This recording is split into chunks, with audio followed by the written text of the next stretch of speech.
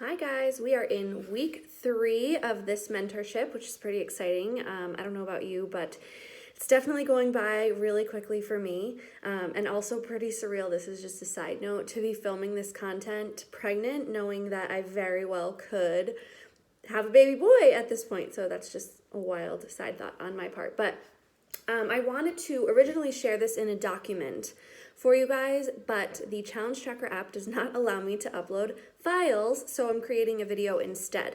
If though you want this as like a printable document, just comment below this video and I'll email it to you because it's already created and it's something that you could easily kind of print, keep on your desk, keep in your bag, or anything like that. But we're going to talk about tips for dining out. So you're talking to a foodie over here. I love to go out to eat. The majority of mine and my husband's social life is going out to eat, trying new restaurants, trying new bars. Charlotte is known for breweries. Like, it's just part of life, right? So just because you want to live healthier or maybe you want to lose weight doesn't mean that you have to give that up. It just means that you have to shift your mindset a little bit about how you do it. And again, this isn't something that's so black and white, right? Like every now and then, of course, you're going to go out, you're going to order whatever you want. You might have too many drinks. All of that is okay. I want you to let go of the idea that you have to be perfect in order to see results. That would be so boring. So let's talk about tips for dining out. So number 1, eat regularly throughout the day. If you know you're going out to dinner or something, don't save your calories or save your portions or whatever for dining out. Planning ahead is your best option. So look at the restaurant that you're going to, look at the menu online, and plan your meal selection ahead of time so that you're not tempted to overindulge when you get there. This goes hand in hand with eating regularly throughout the day so that you don't get to the restaurant ravenous and then order a ton of stuff. You're also going to save money this way, so it's a win-win, really. If you're planning on having a carb with your meal, so say you want to have, something that comes with roasted potatoes or a pasta side or something like that, skip the bread basket. I know it's really tempting and it's really delicious when it comes in a basket, but not because it comes in a basket, but you know what I'm saying. That bread or chips or whatever is served at your table is always really tempting, but it's not the point of your meal. And would you rather kind of overindulge in bread before your meal, or would you rather have the indulgent carb, because it's likely not going to be a super healthy carb that comes with your dinner? Awesome if it is, but you're kind of picking and choosing here. So again, it's not that bread is the devil or you have to avoid bread, but we're trying to avoid overeating any one specific food category. So again, if you want to have more carbs with your dinner, consider skipping the bread or chips beforehand. You don't need to fill up on that. Say no thank you, or limit it to one basket for the table. A lot of places will give you bread and chips consistently as long as you're going through them. Keep it to one. This also relates back to that sense hunger. If you touch the bread or you're passing the rolls around or something like that, you're way more tempted to have some yourself because it's warm and maybe it's crunchy on the outside, all of that stuff. So if you can skip the bread basket, awesome. If you can't and everyone else at the table wants bread, you're not a dictator, you're not telling them absolutely not, but maybe just avoid it yourself. Just something to think about. Make sure you're drinking water while you wait. So thirst and hunger can actually be confused. And a lot of times when we think we're hungry, we're really just thirsty. So in the 2B mindset, you are taught to drink water before you taste anything, drink a coffee, have a meal, anything like that. And regardless of whether you're doing the 2B mindset or not, I recommend doing the same thing. If you're waiting for your table, or you're waiting to order, or you're waiting to leave your house to go to dinner, drink some water. You'll help to sustain yourself. It's also just obviously really good for you. Water's never going to hurt you, so have some water while you wait. Ideally, if you can, avoid the extra sugar and carbohydrates and empty calories from beer, wine, and sugary drinks on a regular basis. So if you go out to eat a lot, maybe you say, okay, we go out to eat 3 or 4 times a week. It's different for everybody, right? I'm only going to have a special drink one day on one of those dinners. You don't need to drink every time you go out to dinner. This is a lesson that I learned honestly pretty recently because I couldn't drink, right? Like I couldn't have a glass of wine or a beer or a cocktail during this past 100 years of being pregnant. So you don't need to have a cocktail or wine or beer to enjoy dinner out. But of course, if you'd like to have that as a treat, have it as a treat, but treat it as a treat, not a regular staple. If you are going to have a drink, remember this: 5 ounces of alcohol is the same as a full serving of carbohydrates on your plate. So account for it. It's okay to do it, but think about that when you're thinking about the plan that you're following and how you want to fuel your body. Being able to make that association can help us to maybe only have 1 cocktail, or maybe we have 1 beer instead of 2 or 3. You kind of just are using this information to make informed decisions, not to avoid anything like the plague, okay?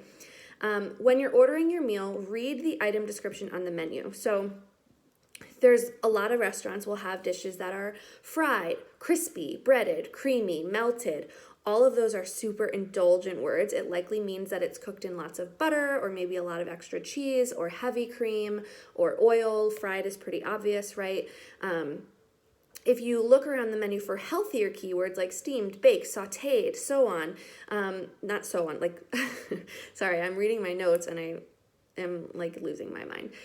Steamed, baked, sauteed, and so on, things like that, are a little bit healthier choices than something that is fried or breaded or creamy or something like that.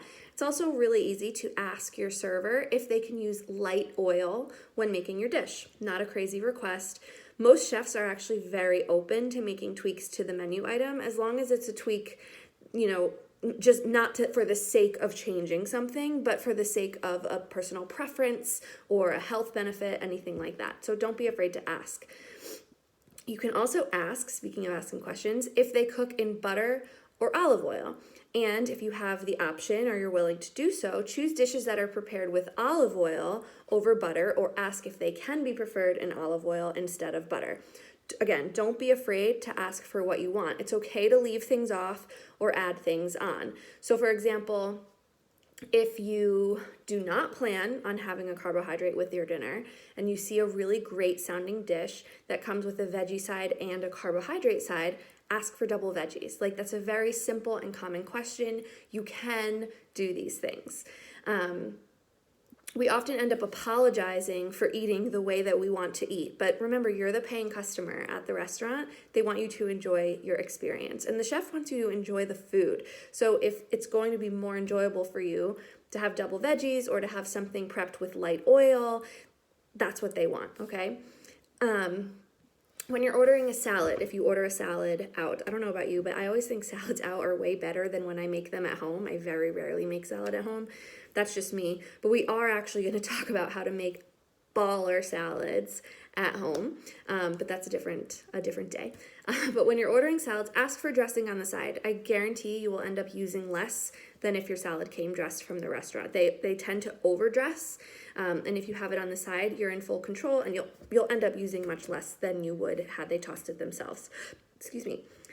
Depending on the restaurant, sometimes you can find really great healthy food on the appetizer list that's actually an appropriate portion size for a meal. So not every restaurant, but most, the serving sizes are way more than 1 serving. So I like to recommend to clients to order an appetizer as your entree, or order an entree and get a box right away and bring half of it home. 1, you're getting more bang for your buck.